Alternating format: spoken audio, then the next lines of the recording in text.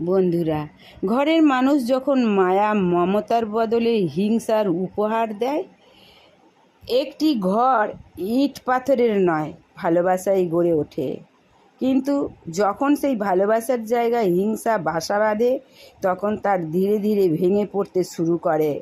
এখন অনেক পরিবারে মানুষ একে অপরের কষ্ট বোঝার চেয়ে দোষ খুঁজতে বেশি ব্যস্ত। মায়া মমতার ভাষা হারিয়ে যাচ্ছে, তার জায়গা নিচ্ছে রাগ, অহংকার এবং ঈর্ষা। যেখানে ভালোবাসা থাকা উচিত সেখানে জন্ম নিচ্ছে দূরত্ব, যেখানে ক্ষমা করা উচিত সেখানে প্রতিশোধের আগুন জ্বলছে।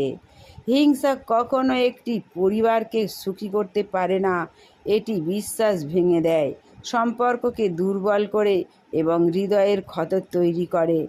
একদিন একই ঘরে থেকেও মানুষ একে অপরের কাছে অপরিচিত হয়ে যায়।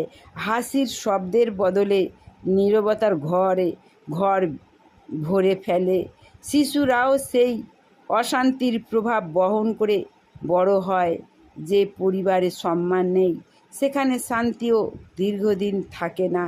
অর্থ দিয়ে ঘর সাজানো যায়, কিন্তু ভালোবাসা সাজানো সংসার টেকে না। মনে রাখুন, কঠোর কথায় ক্ষত অনেক সময় চোখে দেখা যায় না, কিন্তু হৃদয়ের গভীর দাগ রেখে যায়। তাই আজই হিংসার বদলে সহানুভূতি বেছে নিন, রাগের বদলে ধৈর্য ধরুন, অভিমান জমিয়ে না রেখে কথা বলুন, ক্ষমা করতে শিখুন। কারণ ক্ষমা দুর্বলতার নয়, শক্তির পরিচয়। পরিবারের মানুষকে প্রতিদ্বন্দ্বী নয়, আপনজন হিসাবে দেখুন।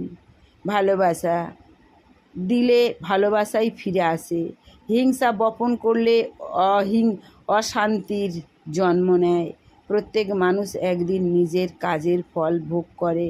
তাই এখন জীবন গড়ুন, যাতে আপনার পরিস্থিতিতে ঘর শান্তি আসে। ভয় নয়, ভালোবাসার আলো জ্বালান, কারণ একটি ভালোবাসার হৃদয়ই একটি ভাঙা পরিবারকে আবার একত্রিত করতে পারে। ভালো থেকো, সুস্থ থেকো, সুন্দর থেকো এবং সাবস্ক্রাইব, কমেন্ট, শেয়ার দিয়ে নিত্য নতুন ভিডিও সঙ্গে রাখো। ধন্যবাদ।